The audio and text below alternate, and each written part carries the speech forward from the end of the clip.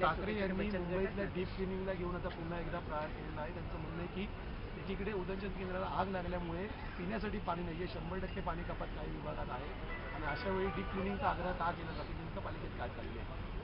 मुंबई महापालिकेच्या पाणी कपातीच्या मुळे मुंबईकर त्रस्त आहेत आणि मुंबईच्या शेवटच्या भागापर्यंत पुरेसं पाणी पोहोचत नाही। मुंबई महापालिका आयुक्तांनी याच्यावर तातडीने काम करणं आवश्यक आहे, आमची मागणी आहेच। पण ही परिस्थिती निर्माण का झाली याचा सर्वस्व दोषी आणि पापी जर कोणी असेल तर ते आदित्य ठाकरेजी आहेत। गेली 25 वर्ष महानगरपालिका तुमच्याकडे आहे। 1,40,00,000 लोकांना शेवटपर्यंत पाणी पोहोचवण्यासाठी केवळ जी बजेट पाण्याचं बजेट आपण बघितलं तर गेल्या 5 वर्षांमधलं ज्यावेळेला तुम्ही आदित्यजी सत्तेत होतात त्यावेळेला 5 वर्षांमध्ये मुंबईकरांच्या खिशामधून तुम्ही 30,000 अमृत नोनी आर्थो प्लस ये एक प्रूवन फॉर्मूला है। इसमें मौजूद नोनी फल के गुण और आयुर्वेदिक जड़ी बूटियां शरीर को जरूरी पोषक तत्व देने के साथ साथ हड्डियों और जोड़ों के घिसने, उनमें होने वाले सूजन और दर्द को रोकने में मदद करता है। दर्द मुक्त जीवन के लिए अमृत नोनी आर्थो प्लस। 10,000 कोटी रुपये घेतलेत। आमचा आदित्य ठाकरेंना सवाल आहे 30,000 कोटी मिळून सुद्धा उदयनचंद केंद्राला आग लागली कशी, शेवटच्या भागापर्यंत पाणी पोहोचत कसं नाही, 5 वर्षात 30,000 कोटी घेऊन लिकेज कसं होत आहे, 30,000 कोटी घेऊन लिकेजचं टेंडर तुम्ही कोणाला दिलं, त्या ठिकाणी आपल्या वॉटरमेन्स लाईनच्या प्रोटेक्शनचं काम 30,000 कोटी घेऊन तुम्ही का नाही केलं, आणि त्यामुळे या सगळ्या गोष्टी तुम्ही न केल्यामुळे मुंबईकरांना आज भोगावे लागत आहेत। आयुक्ताने तर लक्ष द्यावंच लागेल आणि त्या ठिकाणी आता डीप क्लिनिंग आणि बाकी सगळ्या गोष्टी स्वच्छ होऊ लागल्या तर यांच्या पोटात दुखायला लागलं। आदित्य ठाकरे यांना मुंबईत होणाऱ्या विकास कामाच्या, सौंदर्यीकरणाच्या आणि स्वच्छतेच्या कामामुळे पोटदुखी झाली आहे आणि त्यामुळे धौती योग त्यांना लवकरच मिळावा अशी माझी अपेक्षा आहे। लोकसभेसाठी निरीक्षक म्हणून आता आहे ते नेमण्यात आलेले आहेत, 23 जागेवर हे निरीक्षक नेमलेले आहेत। काय कशा पद्धतीने निवड पुणे लोकसभेवर झालेली आहे? भारतीय जनता पक्षाचा केंद्रीय कार्यक्रम आहे। 29 आणि 1 तारखेपर्यंत त्या ठिकाणी प्रत्येक लोकसभा क्षेत्रामध्ये निरीक्षक जाऊन त्या ठिकाणी बैठकीमध्ये चर्चा करून जी अपेक्षित, इच्छुक अशा पद्धतीचं नावं केवळ पक्षाला कळवणं एवढ्यापर्यंतच काम या सगळ्या निरीक्षकांना आहे। सर, मुंबईतील दुसरीकडे आत्महत्या केलेली आहे, वाकोल्यामध्ये मुंबईमध्ये आत्महत्या केलेली आहे, काल नाशिकमध्ये सुद्धा आत्महत्या झाली आहे, राज्यातल्या वेगवेगळ्या जिल्ह्यांमध्ये अशा घटना समोर येतात, नेमके काय सरकारने? मला याची पूर्ण माहिती नाही, पण जसं झालंय तर ते दुर्दैवी आहे। कशामुळे झालं, त्याच्या मागचं कारण काय, या सगळ्या गोष्टी स्पष्ट होणं आवश्यक आहे। सरकारने सुद्धा या सगळ्या गोष्टींची काळजी घेतली पाहिजे, काळजी घेईल अशी अपेक्षा आहे। मुंबई महानगरपालिकेच्या अंतर्गत ज्या झोपडपट्टीच्या स्वच्छता असतील किंवा वॉर्ड लेवलची जी कामं आहेत ती आतापर्यंत महिला बचत गट आणि इतर लोकांना दिली जात होती। आता मुंबई महानगरपालिका एकच सेंट्रलाइज कॉन्ट्रॅक्ट काढणार आहे आणि त्यामुळे हजारो बचत गट जे आहे त्यांच्या हाताचं काम हिसकावून घेतलं जाणार आहे असं कळतं आणि त्यामुळं आजपासून विविध जे वॉर्ड ऑफिसेस आहेत तिथे आंदोलन सुरू करत आहेत सगळे हे महिला बचत गट आणि इतर जे लोक याच्याशी संबंधित आहेत। मला असं वाटतं हा निर्णय सर्वस्वी अयोग्य आहे। महापालिकेने बचत गटांच्याकडून कामं करून घेणं किंवा बचत गट मुंबईची सेवा करत होते त्याला दुर्लक्षित करणं याला आमचं समर्थन नाही। तुम्हाला अधिकची काही व्यवस्था उभी करायची असेल की जी झोपडपट्टी विभागामध्ये कचरा जमा करणं किंवा स्वच्छता ठेवणं ती बचत गटांबरोबर अजूनची अधिकची व्यवस्था तुम्ही करू शकाल, पण बचत गटाच्या हाताला त्या ठिकाणी असलेलं काम काढून घेणं हे आम्हाला मान्य नाही। आयुक्तांशी मी स्वतः या बाबतीत बोलेन, माननीय उपमुख्यमंत्र्यांशी स्वतः बोलणार। कार्यक्रमात बोलताना अमित शहा म्हणाले की उद्धव ठाकरेंना मुलाला मुख्यमंत्री करायचं आहे, त्यावरती आता संजय राऊतांनी उत्तर दिले की अमित शहा यांना पंतप्रधान बनायचं आहे असं मला भाजपचे लोक सांगतात। अमित शहा तशी तयारी करतात। संजय राऊत रोज सकाळी चिलीम आणि गांजा मारून बोलतात आणि त्यामुळे जोपर्यंत ते चिलीम आणि गांजा न मारता मी बोलतो याचं सर्टिफिकेट देणार नाही तोपर्यंत त्यांच्या प्रश्नांना उत्तर देणं काही बाध्य नाही, कारण उत्तर देण्यालाही तेच करावं लागेल आणि माझ्या आयुष्यामध्ये ते आम्ही कोणी करणार नाही।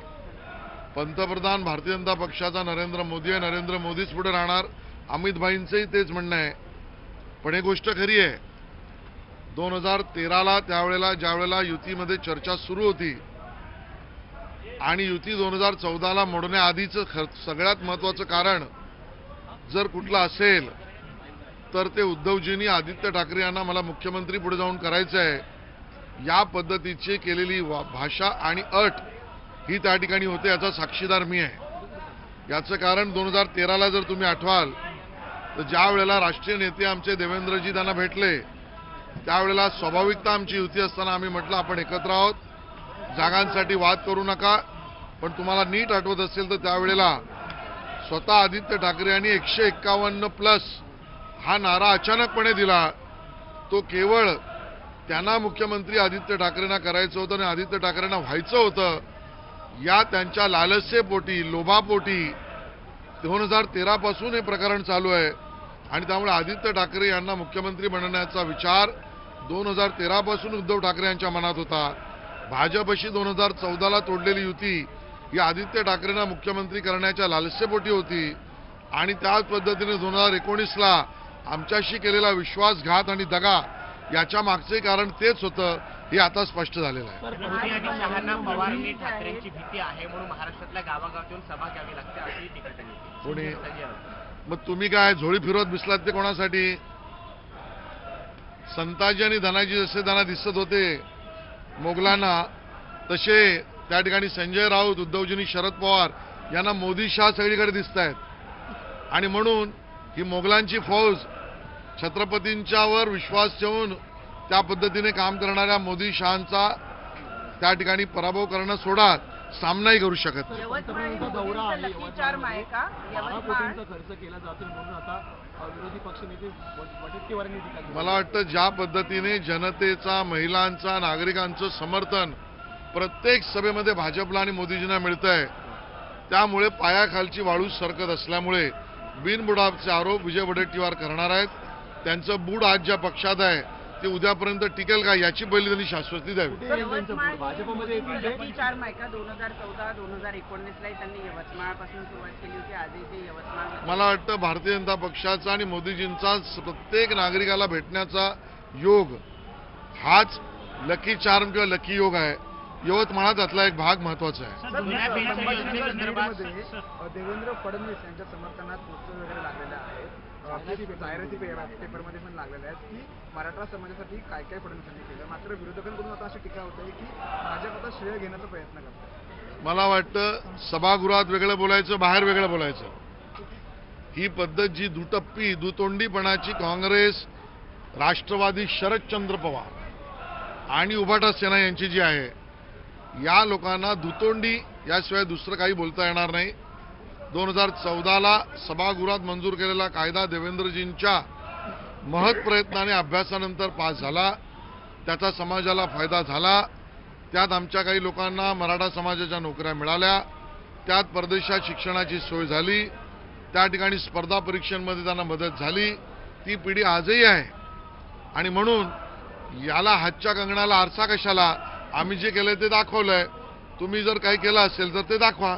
जुन्या पेन्शन योजनेसंदर्भात सरकारनं जे काही आश्वासन शेतकऱ्यांना योग्य तो भाव मिळाला पाहिजे यासाठी आंदोलन असतं. मात्र काल बच्चू कडू सुद्धा म्हणाले की अर्थसंकल्पामध्ये अजित पवार यांनी अर्थरणच काढलंय शेतकऱ्यांसाठी पूर्णपणे. हे जे पायऱ्यांवर बसले आहेत हे सगळे नौटंकीबाज, हे जाऊन बांधावर जाणार होते. काय झालं? बांधावर जाऊन 7-12 कोरा करणार म्हणून उद्धवजी म्हणाले, पवारसाहेब म्हणाले. मग कुठे गेला तो कोरा? तो 7-12 कोरा यांनी दाखवावा की स्वतःच्या काळात केलेल्या पापांना लपवण्यासाठी दुसऱ्यावर अंगुली दर्शन करणं म्हणजे स्वतःची त्या ठिकाणी स्वतःला वाचवता येत नाही.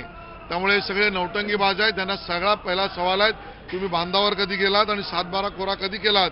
ते आम्हाला सरसकट कधी केलं ते आधी दाखवा. जुन्या पेन्शन योजनेसंदर्भात सरकारने जे काही आश्वासन कर्मचारी मला वाटतं ज्या पद्धतीने केंद्राचं सरकार आणि राज्याचं सरकार MSP मधली वाढ, 1 रुपयात पीक विमा कर्ज, प्रधानमंत्री सन्मान निधी, त्याच्यात ॲडिशनल 6,000 रुपयाचा राज्य सरकारचा निधी, या सगळ्यात काळी अवेळी अकाळी आमच्या शेतकऱ्याचं होणारं नुकसान त्यासाठीची मदत, सिंचनाची योग्य व्यवस्था, पाणी त्या ठिकाणी अंतिम शेतीपर्यंत पोहोचण्याची व्यवस्था, या सगळ्यात जे भरीव काम सुरू केलंय त्यामुळे शेतकरी बांधवाला सुद्धा आपल्यासाठी मदतीला अडीअडचणीला उभा राहणारा कोण? तर तो एकनाथ शिंदे, देवेंद्रजी आणि अजितदादा पवारांचं सरकार आहे. हे लक्षात यायला लागल्यावर ह्यांची नौटंकी सुरू झालेली आहे. जुन्या पेन्शन योजनेसंदर्भात सरकारनं मागच्या मला याबद्दलची माहिती नाही. सर, मोदींचा यवतमाळ दौरा होतोय आणि एका दिवसासाठी काही तासासाठी मी उत्तर दिलं. सर, रायगडमध्ये गोव्याचे मुख्यमंत्री आले होते काल निवडणूक निरीक्षक म्हणून आणि यावेळी कार्यकर्त्यांची मागणी होती की रायगडची जागा आहे ती भाजपने लढावी आणि त्या पद्धतीने आपण प्रयत्नही करू. असं सर्व निर्णय महायुतीत होतील. सर्व जागांच्या निर्णयावर एकनाथ शिंदेजी, देवेंद्रजी, अजितदादा पवार हे बसून निर्णय करतील. कार्यकर्ता स्वाभाविक आपली इच्छा मांडू शकतो, पण महायुतीला 48 जागा जिंकायच्या आहेत आणि त्यासाठी महायुतीचेच उमेदवार, महायुती कुठल्या पक्षाचा उमेदवार लढवणार हे ते तिन्ही नेते म्हणून ठरवतील.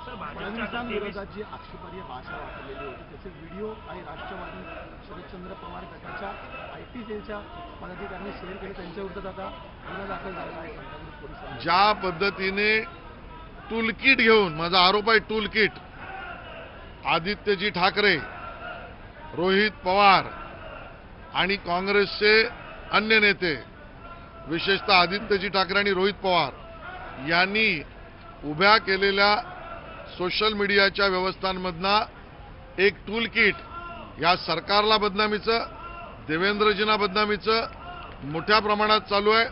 त्याचा पर्दाफाश करण्याच्या बाबतीतली घोषणा देवेंद्रजींनी सभागृहात केली आहे.